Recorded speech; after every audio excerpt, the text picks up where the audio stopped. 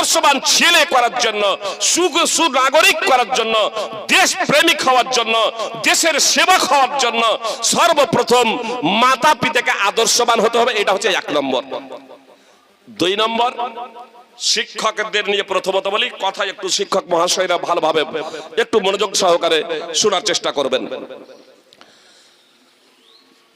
যে কোনো কথা, যে কোনো কাজ এবং কথা বলার আগে প্রথমত জানা। আল্লাহ তাআলা বলেন ফা'লাম আন্নাহু লা ইলাহা ইল্লাল্লাহ, জেনে রেখো আল্লাহ ছাড়া সত্য কোনো উপাস্য নেই। সূরা মুহাম্মদ 47 নম্বর সূরার 19 নম্বর আয়াত। ইমাম বুখারী রাহিমাহুল্লাহ অত্র আয়াতকে কেন্দ্র করে একটা অনুচ্ছেদ রচনা করেছেন, বাবুল ইলমি কাবলাল কাওলি ওয়াল আমাল, বলা এবং আমল করার আগে জানার অধ্যায়।